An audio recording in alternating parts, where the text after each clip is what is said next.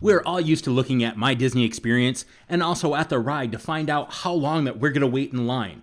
But how often have you asked yourself, how close is this to the actual time that I'm going to wait in line at Disney?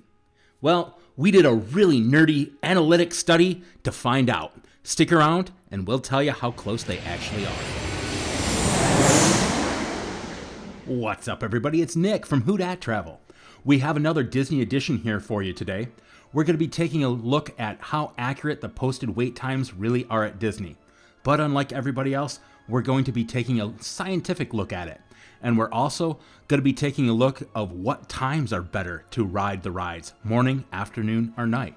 Stick around and we'll tell you which ones. But if you like this video, please give it a huge thumbs up. Smash that like button if that's what you're into. It really helps the algorithm and spread out the video so other people can see it. Also, if you'd hit that subscribe button and click the bell to be notified when I release new content, that'll make sure you'll never miss one of our videos. Without further ado, here we go. Alright, first, before any professional statisticians, rocket scientists, or keyboard warriors step in, we got a couple disclaimers. First, we only had so much time to devote to measuring wait times.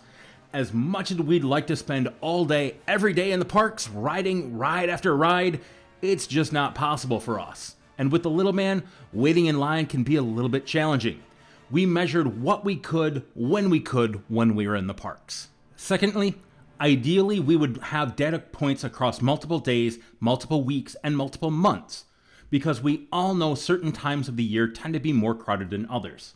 However, at this time we only have data from two separate trips, both post-reopening in October and December of 2020. Alright, now that we've got the disclaimers out of the way, let's begin with some of the more boring parts and tell you what questions that we're looking to answer.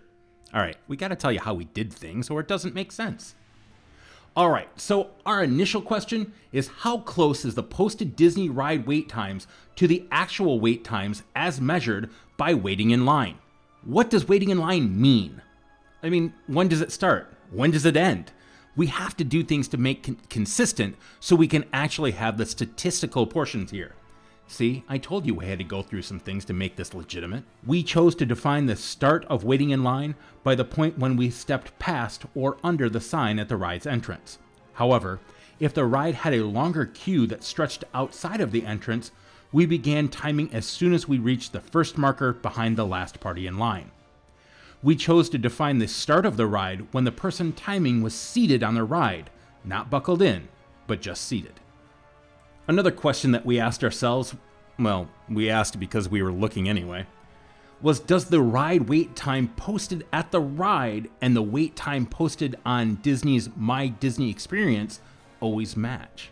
In the digital age that we're in, we're assuming that, well, it's just poof, done. There's probably a central database maintained by Disney that only needs to make one update and it pushes the number to both the app and the standby sign. But since we were gathering data anyways, we thought we'd check and see what we could find out. Now that we've gone through and we've explained how we got our data, what the definition of everything is, all right, seriously, did you think that going through and actually answering if Disney's lines were accurate was gonna be this in depth? First, we did a measurement system analysis, or MSE, to make sure that more than one person could repeat the timing without a large difference.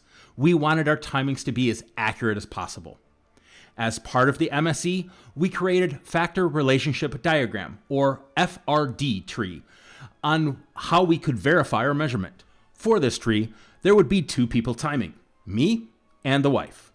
The wife would be using the timer on her Apple iWatch, and I would be using the timer in my Google Pixel 4 XL. We would ride Journey into Imagination with Figment, The Seas with Nemo and Friends, and Spaceship Earth twice, recording a measurement each time just for this purpose of making sure that our timing was close. I'm not going to completely bore you with all of the super mundane Snorefest details. I'm not going to go into all of the conditions on which the measurements were taken, our charts showing the differences in measurements, etc. But we did find out we could time rides within just a few seconds of each other.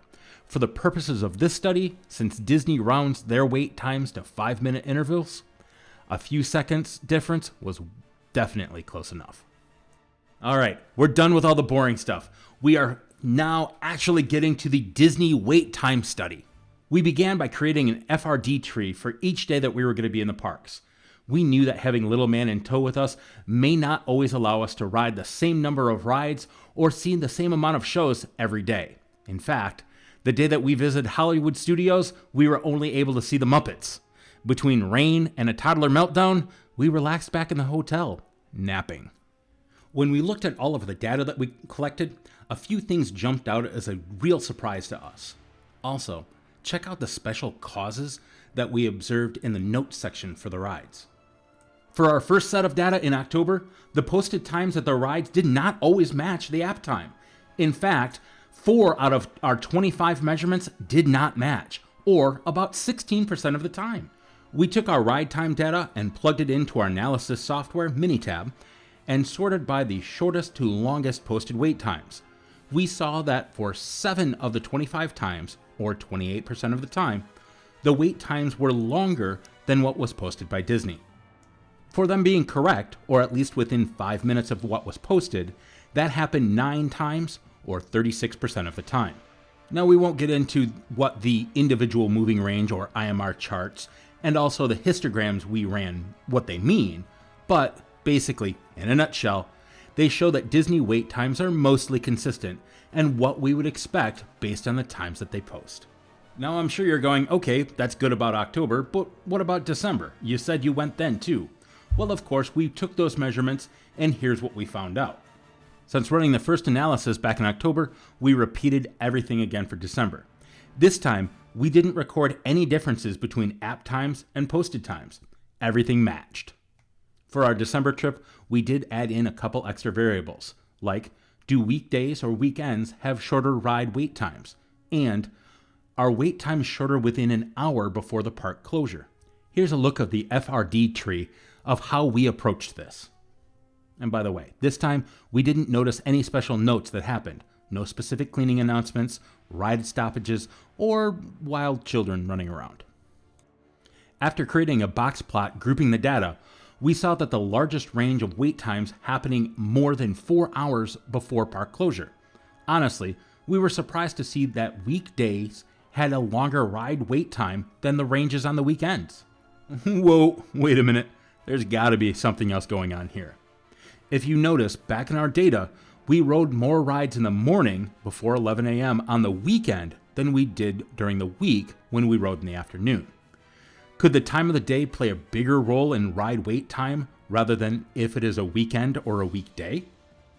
So we reevaluated the data. We classified everything as morning, open to 11 a.m., afternoon, 11 to 4 p.m., and evening, 4 p.m. to park close. Evenings consistently had lower wait time, but so did early morning, regardless of what day it was. So if you only have a weekend to spend at the park, don't worry about it. You'll most likely wait in shorter lines if you get to the park early than if you would if you went on a weekday afternoon. We have only touched a very high level on what we could look at with our wait time data. And as we collect more data, our analysis will become more and more reliable. So those were our findings. Were they what you expected? Were you surprised by the outcomes? If there's any future data that you'd like to see on wait times at Disney World or any other topics, please put it in the comments below. And don't forget to subscribe and also hit that like button. Again, I'm Nick with Who Dat Travel, and we'll see you real soon.